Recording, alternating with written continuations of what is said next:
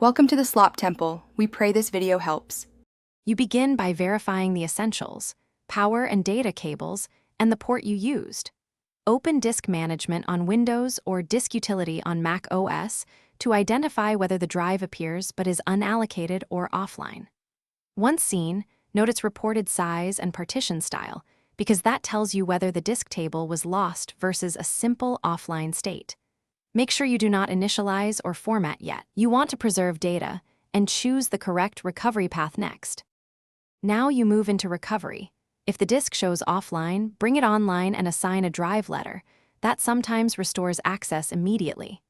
If partitions are missing, use a tool like Test Disk to scan for lost partitions because it reconstructs tables without overriding data.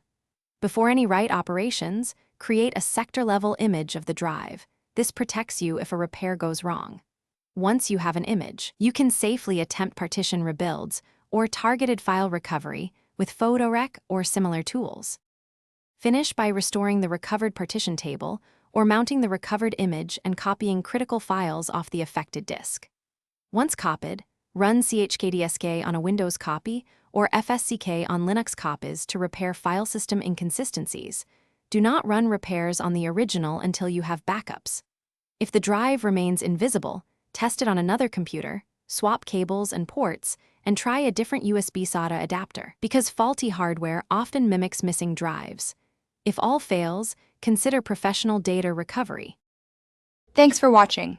Consider subscribing if we helped you.